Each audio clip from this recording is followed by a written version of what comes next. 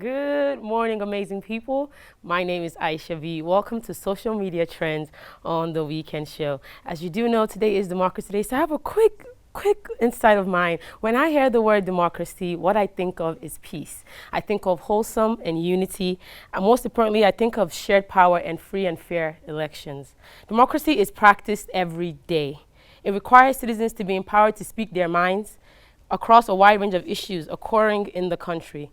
What Nigerians demand today in the current government is not impossible, rather, it's attainable.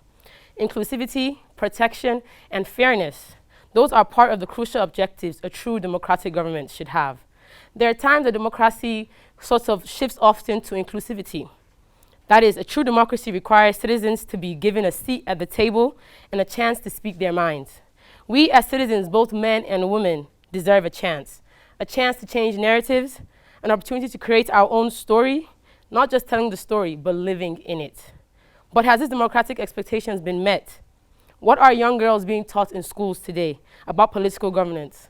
What is the reception of a political ambitious lady? The idea of inclusion in democracy should not only be practiced in politics, but in workplace and academics. Fairness is right at the center of democracy. Democratic regimes ought to have known that citizens would have the ultimate authority. Public remarks or acceptance should be considered first when making decisions that will affect a significant part of everyday Nigerian lives. Are we practicing a true democracy? Can that be said for Nigeria?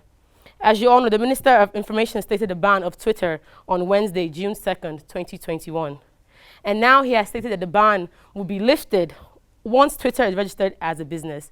As promised, I said I would monitor the story for you at home, and now I have for you Twitter to be registered as a business.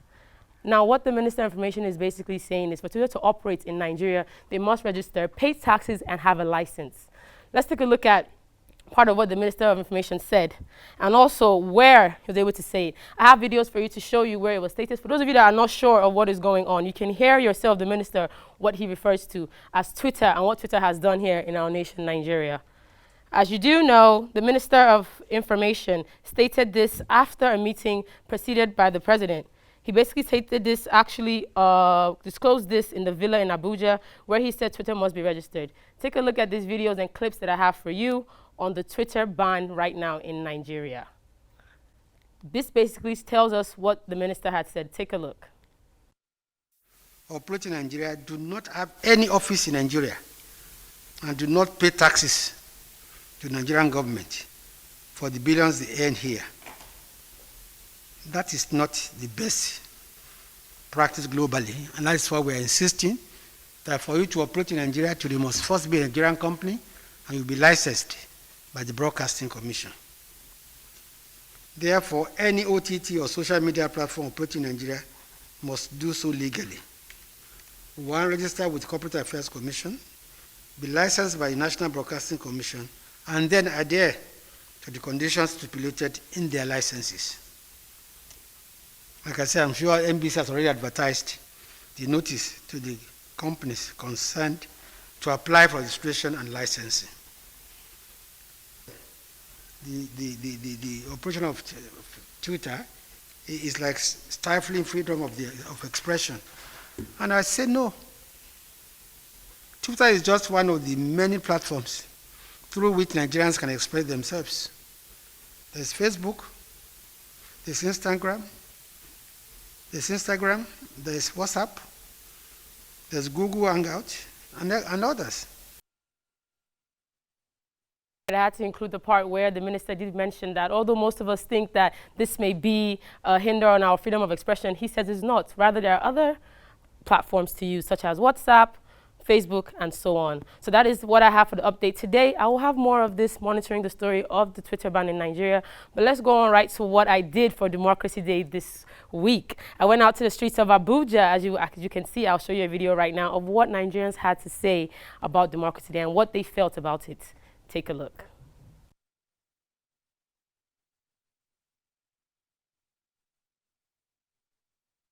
Spoken about Nigerians and what they feel about celebrating Democracy Day. Is it really a progressive thing to celebrate this year? Is it something that we feel should be celebrated this year? And how many of us Nigerians are feeling at home right now that we know that democracy is what we have here, but are we practicing it? Is it what we are focused on?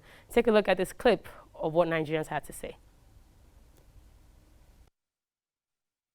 Hello, beautiful people. Welcome to another episode on The Weekend Show. My name is Aisha V. Today, I am here in the Abuja, in the capital itself. I am standing here in Area 1, let's say around Garki, and I am doing what I do best. I'm going to inform, educate you, and keep on entertaining you. So basically today, we're going to be talking about Democracy Day, which comes up on June 12th. It was previously celebrated on actually May 29th, but now it is June 12th. So we want to hear from the common Nigerians, from the common men here around this area, to ask them about Democracy Day, ask them what they feel about celebrating it this year in Nigeria, and if Nigeria has progressed enough in democracy, if our voices are being heard as citizens, and how much of it they really believe they can take. As you all know, there's actually a social media restriction right now on an app, and Nigerians are wondering how they can continue their day-to-day activities. But don't worry, let's get started here. Keep it locked on The Weekend Show.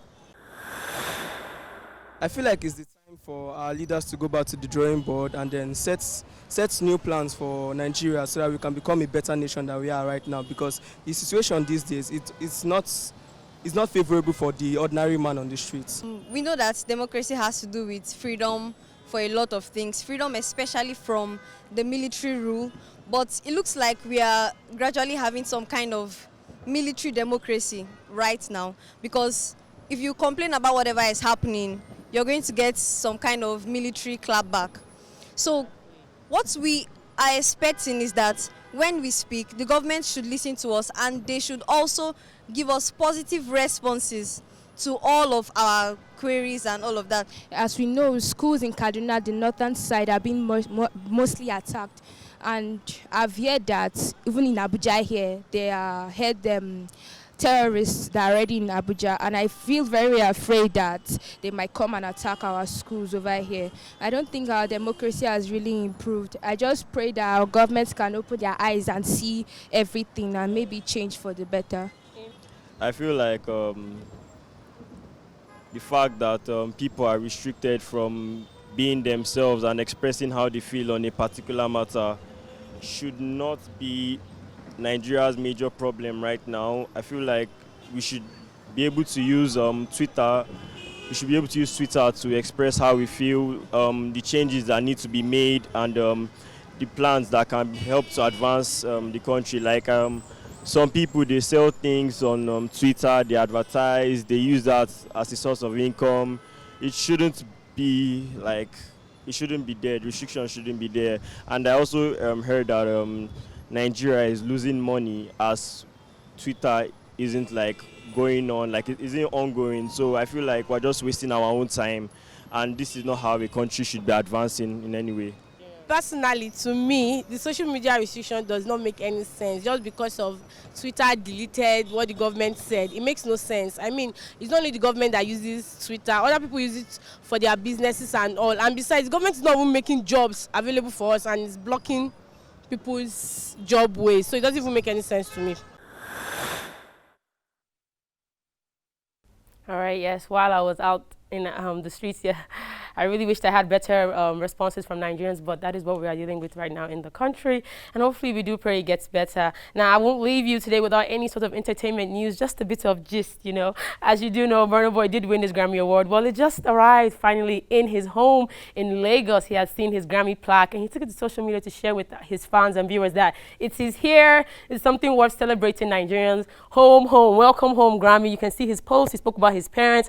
At the end, he said, "I am a product of sacrifice. Thank God, and I thank you all again." Thank you, Burna Boy, for bringing us joy with all your talents. As you do know, look at this. And there's a video, of course, that he had out that I'll quickly show you a clip of right before I go. Or I should actually sign out with that video to let you guys just have a share of what Burna Boy was about at home where he received his Grammy Award. So I'll leave you with that video. My name is Aisha V. Please do not forget to follow us at The Weekend Show on Instagram and Facebook. And follow me at Aisha V as well. See you next week. Bye.